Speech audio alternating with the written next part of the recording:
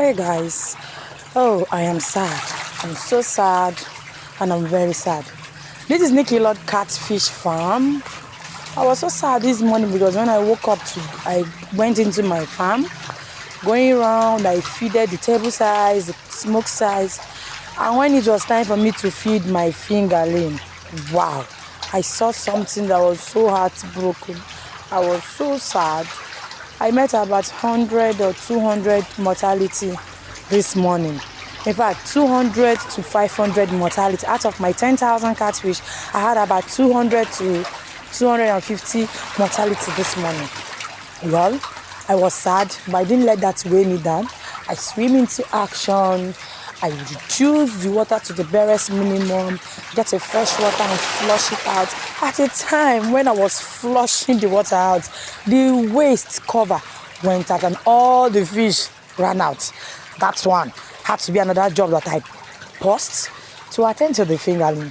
I had to get them new water. Then I swim into action to do them treatments. I use tetracycline and ciprofloxacin. I mix them together. Pour it into their water. I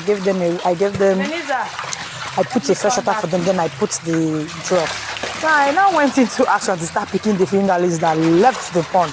It was a huge work. But what can I do? This time around I had to get my children involved. I would have made video, but the whole thing was so stressful. I couldn't even think straight. So I had to get my children to get into action. We all took filter. We were scooping the fish from the water, from the wastewater outside, and we're trying to make sure they didn't go into the earth pond, because I had the earth pond where all my wastewater going. So you see where the work is. We are using our filter, our sieve, we are scooping the fish. It was terrible. It was stressful. Well, at this point, this is where you say you give up. You don't want to be a catfish farmer anymore. But then, those are the challenges that you get in fish farming.